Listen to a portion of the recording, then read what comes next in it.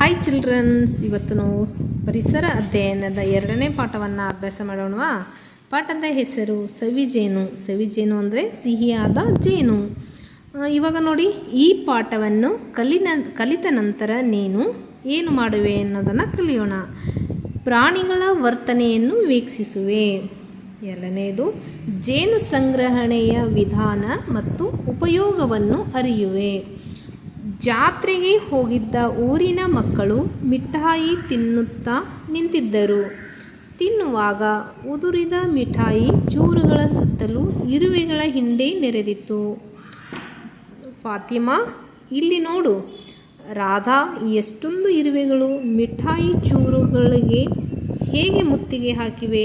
ಅಂದರೆ ಫಾತಿಮಾ ಹೇಳ್ತಾಳೆ, ನೋಡು ರಾಧಾ, ಇಲ್ಲಿ ಇರುವೆಗಳಿಗೆ ಅಂದರೆ ಇಲ್ಲಿ ಜಾತ್ರೆಯಲ್ಲಿರುವಂತಹ ಮಿಠಾಯಿಯನ್ನು ಉದುರಿ ಬಿದ್ದಿರುವಂತಹ ಮಿಠಾಯಿಗಳಿಗೆ ಇರುವೆಗಳು ಹೇಗೆಲ್ಲ ಮುತ್ತಿಗೆ ಹಾಕಿವೆ ಅನ್ನೋದನ್ನು ನೋಡು. ಏಕೆಂದರೆ ಮಿಠಾಯಿ ಇತ್ತು ಅಂತಂದರೆ ಅಲ್ಲಿ ಇರುವೆಗಳು ಬರೋದು ಸಹಜ. ಹಾಗಾಗಿ ಇಲ್ಲಿ ಇರುವೆಗಳನ್ನು ಎಷ್ಟೊಂದು ಮುತ್ತಿಗೆ ಹಾಕ್ಕೊಂಡು ಬಿದ್ದಿವಲ್ಲ, ಸಿಹಿ ಇದ್ದಲ್ಲಿ ಇರುವೆಗಳು ಬರುತ್ತೆ. ಮತ್ತೆ ನೋಡೋಣ, ರಾಧಾ ಹೇಳ್ತಾಳೆ, ಹೌದು ಫಾತಿಮಾ, ಎಷ್ಟು ಒಗ್ಗಟ್ಟಿನಿಂದ ಎಲ್ಲವೂ ಸೇರಿ ಆಹಾರವನ್ನು ಸಾಗಿಸುತ್ತಿವೆಯಲ್ಲ. ತೇಜಸ್ ಹೇಳ್ತಾನೆ, ಓಹೋ, ಅಲ್ಲಿ ನೋಡಿ ಬೆಕ್ಕಿನ ಮರಿಗಳು ಎಷ್ಟು ಮುದ್ದಾಗಿವೆ. ಅಂದರೆ ಬೆಕ್ಕಿನ ಮರಿಗಳನ್ನು ಕೂಡ ನೋಡೋಣ. ಫಾತಿಮಾ ಹೇಳ್ತಾಳೆ, ಅಬ್ಬಾ, ಎಷ್ಟು ಬೆಳ್ಳಗಿವೆ. ತಾಯಿ ಬೆಕ್ಕು ಮರಿಗಳನ್ನು ಎಷ್ಟು ಪ್ರೀತಿಯಿಂದ ನೆಕ್ಕುತ್ತಿದೆಯಲ್ಲ. ಅಂದರೆ ಇದು ಬೆಕ್ಕು ಮರಿಯ ತಾಯಿ, ಇವು ಎಲ್ಲವೂ ಮರಿಗಳು. ಇದು ತಾಯಿ ಬೆಕ್ಕು ಏನು ಮಾಡುತ್ತೆ ಅಂತಂದರೆ ಎಲ್ಲ ಮಕ್ಕಳಿಗೆ ಕೂಡ ಪ್ರೀತಿಯಿಂದ ಸವರ್ತಾ ಇದೆ, ಅಂದರೆ ನೆಕ್ತಾ ಇದೆ ಅಂತ. ಇವಾಗ ನೋಡಿ, ರಾಧಾ ಹೇಳ್ತಾಳೆ, ನಮ್ಮಂತೆಯೇ ಪ್ರಾಣಿಗಳಿಗೂ ಕೂಡಿ ಬಾಳುತ್ತವೆಯಲ್ಲವೇ. ರಾಧಾ ಕೇಳ್ತಾಳೆ, ನಾವು ಕೂಡ ಹೇಗೆ ಎಲ್ಲರೂ ಕೂಡಿ ಜೀವಿಸ್ತೀವಿ, ಬಾಳ್ತೀವಲ್ವಾ, ಹಾಗೆ ಪ್ರಾಣಿಗಳು ಕೂಡ ಹಾಗೆ ಮಾಡ್ತಾವ ಅಂತ ಕೇಳ್ತಾಳೆ. ತೇಜಸ್ ಹೇಳ್ತಾನೆ, ಹೌದು, ಹೆಚ್ಚಿನ ಪ್ರಾಣಿಗಳು ಕೂಡಿ ಬಾಳುತ್ತವೆ ಎಂದು ಅಪ್ಪ ಹೇಳಿದ್ದರು. ನಾನೊಮ್ಮೆ ನಾಗರಹೊಳೆ ಕಾಡಿಗೆ ಹೋಗಿದ್ದಾಗ ಜಿಂಕೆಗಳ ಹಿಂಡನ್ನು ಕಂಡಿದ್ದೆ. ಆನೆಗಳು ಕೂಡ ಗುಂಪಿನಲ್ಲಿಯೇ ಇದ್ದವು. ಹುಲಿಯನ್ನು ನೋಡಿದೆ, ಆದರೆ ಅದು ಮಾತ್ರ ಒಂಟಿಯಾಗಿತ್ತು. ತೇಜಸ್ ಹೇಳ್ತಾನೆ, ಹೌದು, ನನ್ನಪ್ಪನ ಜೊತೆ ನಾನು ಕಾಡಿಗೆ ಹೋದಾಗ ಜಿಂಕೆಗಳ ಹಿಂಡನ್ನೇ ನಾನು ಕಾಡಿನಲ್ಲಿ ಎಲ್ಲ ನೋಡಿದ್ದೆ. ಆದರೆ ಇಲ್ಲಿ ಏನಾಗಿತ್ತು ಅಂತಂದರೆ ಹುಲಿ ಮಾತ್ರ ಒಂದೇ ಇತ್ತು. ನೋಡಿ, ಇಲ್ಲಿ ಫುಲ್ ಕಾಡಿದೆ. ಕಾಡಿನಲ್ಲಿ ಇಲ್ಲಿ ಪಕ್ಷಿಗಳು ಕೂಡ ಒಟ್ಟಾಗಿವೆ. ಇಲ್ಲಿ ಆನೆಗಳು ಕೂಡ ಮರಿ ಆನೆಗಳ ಜೊತೆ ಒಟ್ಟಾಗಿದೆ. ಆಮೇಲೆ ಜಿಂಕೆಗಳು ಕೂಡ ಒಟ್ಟಾಗಿ ತುಂಬ ಜಿಂಕೆಗಳು ಸೇರಿಕೊಂಡಿವೆ. ಇಲ್ಲಿ ನೋಡಿ, ಇಲ್ಲಿ ಹುಲಿ ಮಾತ್ರ ಒಂದೇ ಇದೆ. ಅಂದರೆ ಹುಲಿ ಯಾಕೆ ಒಂಟಿಯಾಗಿತ್ತು ಅನ್ನೋದನ್ನು ತೇಜಸ್ಸಿಗೆ ಅದು ಕುತೂಹಲವಾಗಿತ್ತು. ಇಲ್ಲಿ ಫಾತಿಮಾ ಹೇಳ್ತಾಳೆ, ಅಲ್ಲಿ ನೋಡಿ ನಾಯಿಗಳು ಹೇಗೆ ಬ್ರೆಡ್ಡಿನ ತುಂಡಿಗೆ ಜಗಳವಾಡುತ್ತಿವೆ. ರಾಧಾ, ಆಕಾಶವನ್ನು ನೋಡಿ ಬೆಳ್ಳಕ್ಕಿಗಳು ಹೇಗೆ ಒಟ್ಟಾಗಿ ಹಾರುತ್ತಿವೆ. ಫಾತಿಮಾ ಹೇಳ್ತಾಳೆ, ನಾಯಿಗಳು ಕೂಡ ಇಲ್ಲಿ ಒಂದು ಬ್ರೆಡ್ಡಿನ ತುಂಡಿಗೆ ಜಗಳ ಆಡಿಕೊಂಡು ನಿಂತಿವೆ. ಫಾತಿಮಾ ಹೇಳ್ತಾಳೆ, ರಾಧಾ ಹೇಳ್ತಾಳೆ, ಆಕಾಶವನ್ನು ನೋಡು, ಬೆಳ್ಳಕ್ಕಿಗಳ ಹಿಂಡು ಹೇಗೆ ಒಟ್ಟಾಗಿ ಹಾರುತ್ತಾ ಇವೆ. ತೇಜಸ್ ಹೇಳ್ತಾನೆ, ಹೌದು ರಾಧಾ, ಇಲ್ಲಿ ನೋಡಿ ಎಷ್ಟೊಂದು ಎಲ್ಲ ಒಟ್ಟಿಗೆ ಬೆಳ್ಳಕ್ಕಿಗಳು ತಮ್ಮ ಗುಂಪುಗಳನ್ನು ಜೊತೆಗೆ ಹಿಂಡುಗಳ ಜೊತೆಗೆ ಹೇಗೆ ಹಾರಾಡ್ತಾ ಹೋಗ್ತಾ ಇವೆ. ತೇಜಸ್ ಹೇಳ್ತಾನೆ, ಹೌದು ರಾಧಾ, ಅಲ್ಲಿ ನೋಡು ಮರದ ಮೇಲೆ ಮಂಗ ಕುಳಿತಿದೆ. ಫಾತಿಮಾ ಹೇಳ್ತಾಳೆ, ಮರಿಯು ತಾಯಿಯ ಹೊಟ್ಟೆಯನ್ನು ಅಪ್ಪಿ ಹಿಡಿದಿದೆ. ಅಂದರೆ ತೇಜಸ್ ಹೇಳ್ತಾನೆ, ಹೌದು ರಾಧಾ, ಮರದ ಮೇಲೆ ಮಂಗ ಕುಳಿತಿದೆ. ಅಂದರೆ ಫಾತಿಮಾ ಹೇಳ್ತಾಳೆ, ಹೌದು, ಮಂಗನು ಕೂತಿದೆ. ಮಂಗದ ಜೊತೆಗೆ ಮರಿಯೂ ಕೂಡ ತನ್ನ ತಾಯಿಯ ಹೊಟ್ಟೆಯನ್ನು ಅಪ್ಪಿಕೊಂಡು ಕೂತಿದೆ ಅಂತ ಹೇಳ್ತಾಳೆ ಫಾತಿಮಾ. ನೋಡಿ, ಇಲ್ಲಿ ಒಂದು ಮರ ಇದೆ. ಮರದ ಮೇಲೆ ಮಂಗವನ್ನು ಕೂತು ತನ್ನ ಮರಿಯನ್ನು ತನ್ನ ಹೊಟ್ಟೆಗೆ ಅಪ್ಪಿಕೊಂಡು ನಿಂತಿದೆ. ಇವಾಗ ನೋಡಿ, ರಾಧಾ ಹೇಳ್ತಾಳೆ, ಅಯ್ಯೋ, ಅದು ಬಿದ್ದು ಬಿಟ್ಟರೆ. ಅದು ಯಾರಿಗಾದರೂ ಕುತೂಹಲ ಅಲ್ವಾ ಮಕ್ಕಳಿಗೆ. ಮಂಗವನ್ನು ಅದು ಮಗು ಜೊತೆಗೆ ಸೇರಿಕೊಂಡಾಗ ಅದು ಬೀಳುತ್ತೆ ಅಂತ ಭಯಪಟ್ಟರೆ ಹೇಗೆ ಅಂತೆ ರಾಧಾ ಹೇಳ್ತಾಳೆ. ತೇಜಸ್ ಹೇಳ್ತಾನೆ, ಇಲ್ಲ, ಮರಿಯು ತಾಯಿಯನ್ನು ಗಟ್ಟಿಯಾಗಿ ಹಿಡಿದಿದೆ. ತೇಜಸ್ ಹೇಳ್ತಾನೆ, ಮರಿಯು ಕೂಡ ತನ್ನ ತಾಯಿಗೆ ಇಷ್ಟೊಂದು ಗಟ್ಟಿಯಾಗಿ ಅಪ್ಪುಗೆ ಮಾಡಿಕೊಂಡು ಕೂತಿದೆ, ಅದು ಬೀಳಲ್ಲ ಅಂತ ತೇಜಸ್ ಹೇಳ್ತಾನೆ. ರಾಧಾ, ತೇಜಸ್ ಅಲ್ಲಿ ನೋಡು, ಸಣ್ಣ ಕೋಳಿ ಮರಿಗಳು ಅವುಗಳಿಗೆ ತಾಯಿ ಕೋಳಿಯು ಆಹಾರ ಹುಡುಕುವುದನ್ನು ಕಲಿಸುತ್ತಿದೆ. ರಾಧಾ ಹೇಳ್ತಾಳೆ ತೇಜಸ್ಸಿಗೆ, ಅಲ್ಲಿ ನೋಡು ಚಿಕ್ಕ ಚಿಕ್ಕ ಮರಿಗಳಿಗೆ ತಾಯಿ ಕೋಳಿ ಮರಿಯಾದ ಏನು ಮಾಡುತ್ತೆ ಅಂದರೆ ತನ್ನ ಮರಿಗಳಿಗೆ ಪುಟ್ಟ ಪುಟ್ಟದಂತಹ ಕಾಳುಗಳನ್ನು ತಂದು ಅವಕ್ಕೆ ಆಹಾರವನ್ನಾಗಿ ನೀಡುತ್ತಿದೆ ಅಂತ ರಾಧಾ ಹೇಳ್ತಾಳೆ. ಈ ಮಕ್ಕಳಂತೆ ನೀನು ಕೂಡ ನಿನ್ನ ಸುತ್ತಲಿರುವ ಪ್ರಾಣಿಗಳ ವರ್ತನೆಯನ್ನು ಗಮನಿಸು ಅಂತ ಹೇಳ್ತಾರೆ. ಅಂದರೆ ನೀವು ಕೂಡ ಏನು ಮಾಡಬೇಕು, ಈ ಥರ ಪ್ರಾಣಿ ಪಕ್ಷಿಗಳ ವರ್ತನೆಯನ್ನು ಹೇಗಿರುತ್ತೆ, ನಿನ್ನ ವರ್ತನೆ ಹೇಗಿರುತ್ತೆ ಅನ್ನೋದನ್ನು ತಿಳಿದುಕೋ. ಫಾತಿಮಾ ಹೇಳ್ತಾಳೆ, ಜೇನುನೊಣವನ್ನು ನೋಡು, ಅದು ಹೂವಿನ ಮೇಲೆ ಕುಳಿತು ಹೇಗೆ ಮಕರಂದ ಇರುತ್ತಿದೆ. ಫಾತಿಮಾ ಹೇಳ್ತಾಳೆ, ಇಲ್ಲಿ ನೋಡಿ, ಇಲ್ಲಿ ಹೂ ಇದೆ, ಹೂವಿನ ಮೇಲೆ ಜೇನುನೊಣವನ್ನು ಕೂತು ತನ್ನ ಆಹಾರವನ್ನಾಗಿ ಈ ಮಕರಂದನವನ್ನು ಸವಿತಾ ಇದೆ. ಅಂದರೆ ಹೂವಿನ ಮಕರಂದವನ್ನು ತಾನು ಹೊಟ್ಟೆಗೆ ಆಹಾರದ ಸೇವಿಸ್ತಾ ಇದೆ ಅಂತ ಫಾತಿಮಾ ಹೇಳ್ತಾಳೆ. ಅಂದರೆ ಹೂವಿನ ಮಕರಂದ ಈ ಚಿಟ್ಟಿಗೆ ಅದು ಹೊಟ್ಟೆಗೆ ಆಹಾರ. ನೋಡಿ ಹೂವಿನ ಮೇಲೆ ಯಾವ ಥರ ಜೇನುನೊಣವನ್ನು ಕೂತಿದೆ ಅಂತ. ಅಂದರೆ ಹೂವಿನ ಮಕರಂದವೇ ಜೇನುನೊಣಕ್ಕೆ ಆಹಾರ. ಈಗ ನೋಡಿ ಇಲ್ಲಿ ರಾಧಾ, ಬಾ ಜೇನನ್ನು ಮಾತನಾಡಿಸೋಣ. ತೇಜಸ್, ಜೇನೇ ಜೇನೇ ನಿನ್ನ ಗೂಡೆಲ್ಲಿ? ಜೇನಿಗೆ ಕೇಳ್ತಾನೆ ತೇಜಸ್, ಜೇನೆ ನಿನ್ನ ಗೂಡು ಎಲ್ಲಿದೆ ಅಂತ ಕೇಳ್ತಾನೆ. ಆವಾಗ ಜೇನು ಹೇಳುತ್ತೆ, ಅಲ್ಲಿ ನೋಡು, ಆ ಮರದಲ್ಲಿರುವುದೇ ನನ್ನ ಗೂಡು. ಅಂದರೆ ಜೇನುನೊಣ ಹೇಳುತ್ತೆ, ಇಲ್ಲಿ ಮರ ಏನಿದೆಯಲ್ಲ, ಮರದಲ್ಲಿರುವಂತಹ ಈ ಗೂಡುಗಳೇ ನನ್ನ ವಾಸಸ್ಥಾನ. ಅಂದರೆ ನಾನು ವಾಸ ಮಾಡುವುದು ಈ ಮರದ ಜೇನುಗೂಡಿನಲ್ಲಿ ಅಂತ ಜೇನು ಹೇಳುತ್ತೆ. ತೇಜಸ್ ಹೇಳ್ತಾನೆ, ಅಲ್ಲಿ ಬರೀ ಜೇನುನೊಣಗಳೇ ಕಾಣುತ್ತಿವೆ. ಅಂದರೆ ಜೇನು ಅದೇ ನನ್ನ ಕುಟುಂಬ. ಅಂದರೆ ಜೇನು ಹೇಳುತ್ತೆ, ಜೇನುನೊಣಗಳಿರುವುದೇ ನನ್ನ ಕುಟುಂಬ, ನನ್ನ ಗೂಡು ಅಂತ ಹೇಳುತ್ತೆ. ಫಾತಿಮಾ ಹೇಳ್ತಾಳೆ, ಏನು ಇಷ್ಟೊಂದು ದೊಡ್ಡದೇ ನಿನ್ನ ಕುಟುಂಬ?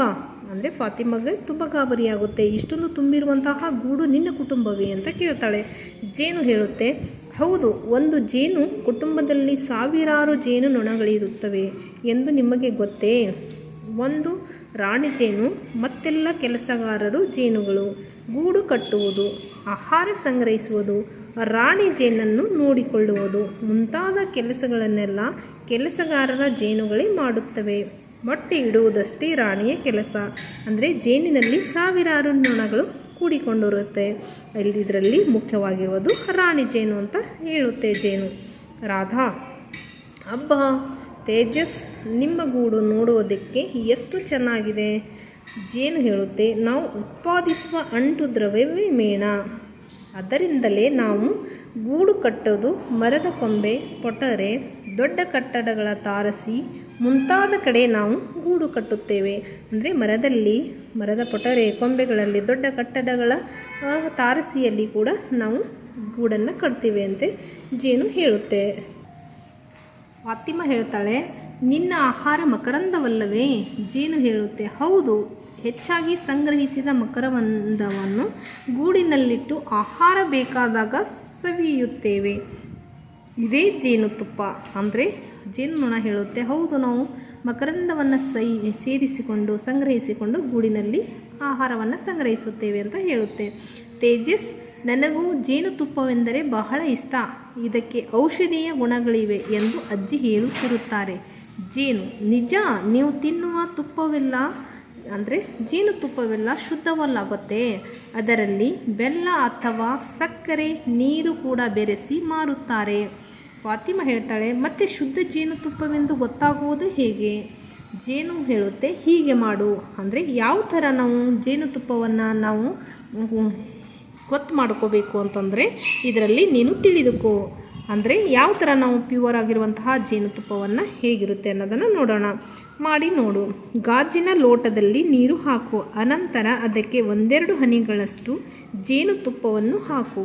ಹನಿಗಳು ಲೋಟದ ತಳಭಾಗವನ್ನು ಸೇರುವ ಮೊದಲೇ ನೀರಿನಲ್ಲಿ ಬೆರೆತು ಹೋದರೆ ಅದು ಶುದ್ಧವಲ್ಲ. ಹನಿಗಳು ಲೋಟದ ತಳಭಾಗವನ್ನು ಸೇರಿ ನಿಧಾನವಾಗಿ ನೀರಿನೊಂದಿಗೆ ಬೆರೆತರೆ ಅದು ಶುದ್ಧ ಜೇನು ಅಂತ ಹೇಳುತ್ತೆ. ಈಗ ಗೊತ್ತಾಯಿತೇ? ತೇಜಸ್, ಓಹೋ ಜೇನು, ಅಯ್ಯೋ ಸಮಯವಾಯಿತು, ಮಕರಂದವನ್ನು ಸಂಗ್ರಹಿಸಬೇಕು, ನಾನಿನ್ನು ಬರುತ್ತೇನೆ ಮಕ್ಕಳೇ. ರಾಧಾ ಹೇಳ್ತಾಳೆ, ಸರಿ ಜೇನೆ, ಮತ್ತೆ ಸಿಗೋಣ. ಫಾತಿಮಾ ಹೇಳ್ತಾಳೆ, ನಾನು ಸಣ್ಣ ಜೇನನ್ನು ನೋಡಿದ್ದೇನೆ ಗೊತ್ತಾ, ಅವು ಕಲ್ಲು ಸಂದಿಗಳಲ್ಲಿ ಗೂಡು ಕಟ್ಟುತ್ತವೆ. ನೋಡಿ, ಕಲ್ಲು ಸಂದಿಗಳಲ್ಲಿ, ಮರದ ಪೊಟರೆಯಲ್ಲಿ, ಮರದ ಕೊಂಬೆಗಳಿಗೆ ಜೇನು ಹೇಗೆಲ್ಲ ಗೂಡು ಕಟ್ಟುತ್ತವೆ ಅಂತ ಈ ಚಿತ್ರಗಳಲ್ಲಿ ಗಮನಿಸು. ಜೇನುನೊಣಗಳ ಗಾತ್ರ ಹಾಗೂ ಗೂಡುಗಳು ಒಂದೇ ರೀತಿಯಾಗಿರುವುದಿಲ್ಲ. ವಿವಿಧ ರೀತಿಯ ಜೇನು ಮತ್ತು ಗೂಡುಗಳನ್ನು ನಿನ್ನ ಸುತ್ತಮುತ್ತ ಗಮನಿಸು.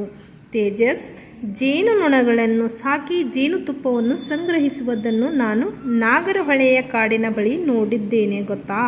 ನೋಡಿ ಇಲ್ಲಿ ಚಿತ್ರದಲ್ಲಿ ಹೇಗಿದೆ ಅಂತ, ಅಂದರೆ ಜೇನುನೊಣಗಳನ್ನು ಯಾವ ರೀತಿ ಸಾಕಿಕೊಂಡು ತುಪ್ಪವನ್ನು ಸಂಗ್ರಹಿಸುತ್ತಾರೆ ಅಂತ.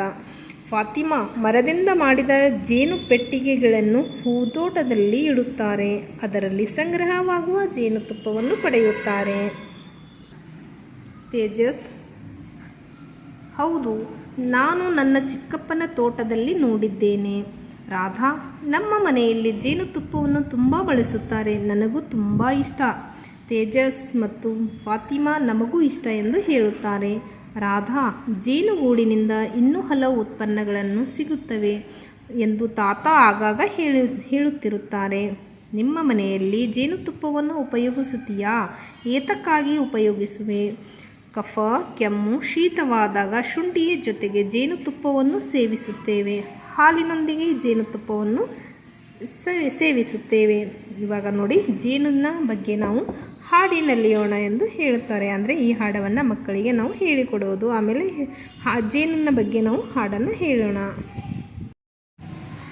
ಜೇನುಗೂಡಿನ ಉತ್ಪನ್ನಗಳಿಂದ ಯಾವ ಯಾವ ವಸ್ತುಗಳನ್ನು ತಯಾರಿಸುತ್ತಾರೆ? ಈ ಚಿತ್ರವನ್ನು ನೋಡಿ ತಿಳಿ. ಅಂದರೆ ಜೇನುತುಪ್ಪವಿದೆ, ಇಲ್ಲಿ ಜೇನುಗೂಡಿದೆ. ಜೇನುಗೂಡಿನಿಂದ ತುಪ್ಪವನ್ನು ಸಂಗ್ರಹಣೆ ಮಾಡಿದ್ವಿ. ನಂತರ ಜೇನುತುಪ್ಪದಿಂದ ಮೇಣದ ಬತ್ತಿ, ನಂತರ ಬಣ್ಣ, ಮುಲಾಮು, ಪೌಡರ್, ಇಂಕ್ ಇಷ್ಟೆಲ್ಲ ನಾವು ಜೇನಿನಿಂದ ತಯಾರಿಸುತ್ತೇವೆ. ಇವಾಗ ನಿಮಗಿದು ಗೊತ್ತೇ? ಒಂದು ಜೇನುನೊಣವು ತನ್ನ ಒಂದು ಸಂಗ್ರಹಣಾ ಸಂಚಾರದಲ್ಲಿ 50ರಿಂದ 100 ಹೂಗಳಿಗೆ ಭೇಟಿ ಕೊಡುತ್ತದೆ. ಎರಡನೆಯದು, ಜೇನುತುಪ್ಪ ಒಂದೇ ಮಾನವರು ತಿನ್ನುವ ಕೀಟಗಳಿಂದ ಉತ್ಪಾದಿತ ಆಹಾರ. ಇರುವೆಗಳು, ಗೆದ್ದಲು ಹುಳುಗಳು ನೆಲವನ್ನು ಬಗೆದು ತೋಡುವುದರಿಂದ ಮಣ್ಣಿನಲ್ಲಿ ಗಾಳಿಯಾಡಿ ಸಸ್ಯಗಳು ಸೊಂಪಾಗಿ ಬೆಳೆಯುತ್ತವೆ. ಜೇನುಗೂಡು, ಪಕ್ಷಿಗಳ ಗೂಡು, ಇರುವೆಗೂಡು, ಗೆದ್ದಲು ಹುಳುಗಳ ಹುತ್ತ, ಜೇಡರ ಬಲೆ ಮುಂತಾದವು ಪ್ರಾಣಿ ಜಗತ್ತಿನಲ್ಲಿ ಕಾಣಬರುವ ಅದ್ಭುತ ನಿರ್ಮಾಣಗಳು. ಬಿಸಿಲಿನಿಂದ ತನ್ನನ್ನು ರಕ್ಷಿಸಿಕೊಳ್ಳಲು ಬೆನ್ನ ಮೇಲೆ ಎಲೆ ಹೊತ್ತು ತಿರುಗುವ ಇರುವೆಯನ್ನು ಛತ್ರಿ ಇರುವೆ ಎನ್ನುವರು. ಈ ಥರ ನಾವು ತಿಳಿದುಕೊಂಡ್ವಿ. ಇವಾಗ ಈ ಸವಿಜೇನು ಪಾಠದ ಎಲ್ಲ ಪ್ರಶ್ನೆಗಳಿಗೆ ಉತ್ತರವನ್ನು ನೋಡೋಣ ಬನ್ನಿ.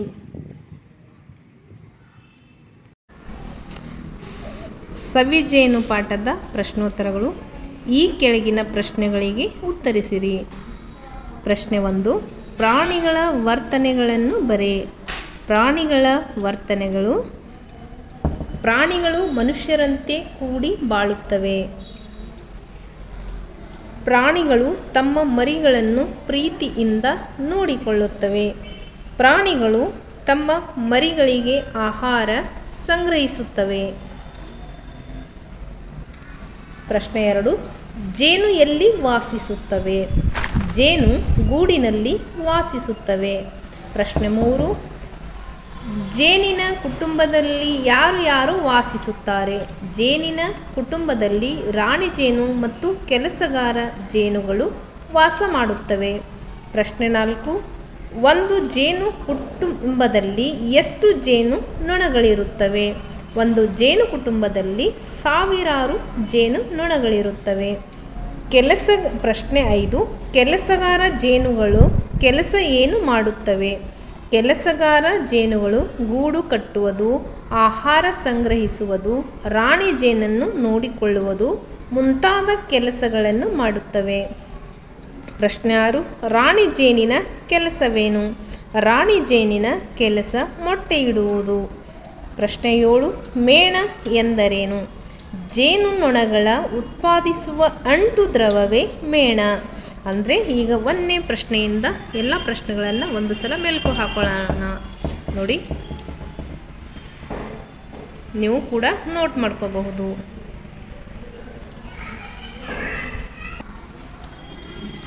ಪ್ರಶ್ನೆ 8, ಜೇನುನೊಣಗಳು ಯಾವುದರಿಂದ ಗೂಡು ಕಟ್ಟುತ್ತವೆ? ಜೇನುನೊಣಗಳು ಮೇಣದಿಂದ ಗೂಡು ಕಟ್ಟುತ್ತವೆ.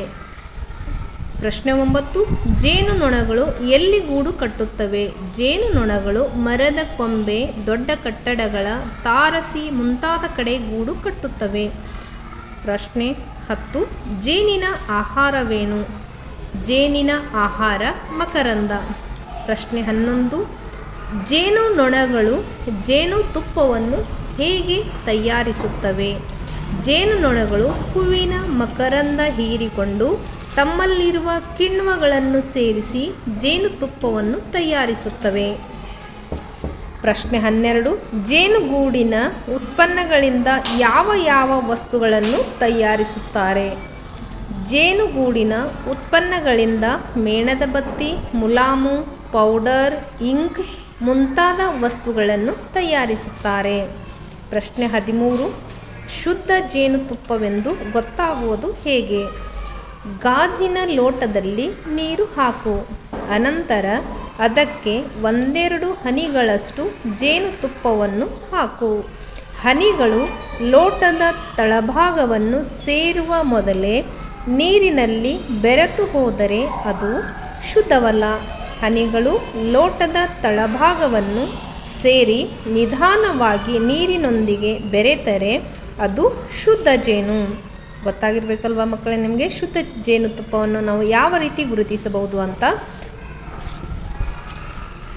ಪ್ರಶ್ನೆ 14.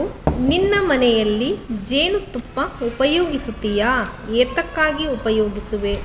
ನಾನು ಮನೆಯಲ್ಲಿ ಜೇನುತುಪ್ಪವನ್ನು ಉಪಯೋಗಿಸುತ್ತೇನೆ. ಇದರಲ್ಲಿ ಔಷಧೀಯ ಗುಣಗಳಿರುವುದರಿಂದ ಜೇನುತುಪ್ಪವು ಉತ್ತಮ ಆಹಾರ ಔಷಧಿಯಾಗಿರುವುದರಿಂದ ಇದನ್ನು ಉಪಯೋಗಿಸುತ್ತೇನೆ. ಇವಾಗ ನೋಡಿ ಮಕ್ಕಳೇ, 1ರಿಂದ 14ನೇವರೆಗೆ ಪ್ರಶ್ನೆ ಉತ್ತರಗಳನ್ನು ಯಾವ ರೀತಿ ನಾವು ಬರೀಬೇಕು, ಆಮೇಲೆ ನೋಟ್ ಮಾಡಿಕೊಂಡು ಯಾವ ರೀತಿ ಕಂಠಪಾಠ ಮಾಡ್ಕೋಬೇಕು ಅನ್ನೋದನ್ನು ನಿಮಗೆ ಒಂದ್ಸಲ ತೋರಿಸ್ತೀನಿ. ನೀವು ನೋಟ್ ಕೂಡ ಮಾಡ್ಕೋಬಹುದು. ನಂತರ ಓದಲಿಕ್ಕೆ ಅನುಕೂಲ ಆಗುವಂಗೆ ನೀವು ಇದನ್ನು ನೋಟ್ ಮಾಡಿಕೊಂಡು ಬಾಯಿ ಪಾಠ ಕೂಡ ಮಾಡ್ಕೋಬಹುದು. ಒಂದು ಸಲ ಎಲ್ಲ ಪ್ರಶ್ನೆ ಉತ್ತರಗಳಿಗೆ ಚೆನ್ನಾಗಿ ನೋಡಿಕೊಂಡು ನೀವು ಫೇರ್ ನೋಟಲ್ಲಿ ನೋಟ್ ಮಾಡ್ಕೊಳ್ಳಿ ಮಕ್ಕಳೇ. ನೋಡಿ ಇವಾಗ ಗೊತ್ತಾಗಿರ್ಬೇಕಲ್ವ ನಿಮಗೆ. ನೋಡಿ ಅಂದರೆ ನಾವು 1ರಿಂದ ಈ ಪಾಠದಲ್ಲಿ ಒಂದು 14 ಪ್ರಶ್ನೆಗಳನ್ನು ನಾವು ತೆಗೆದಿದ್ವಿ. ಅದರಲ್ಲಿ ಎಲ್ಲ ಪ್ರಶ್ನೆಗಳಿಗೆ ಉತ್ತರವನ್ನು ಕೊಟ್ಟಿದ್ದೇನೆ. ಉತ್ತರವನ್ನು ಕೂಡ ನಾನು ನೋಟ್ ಮಾಡಿದ್ದೇನೆ.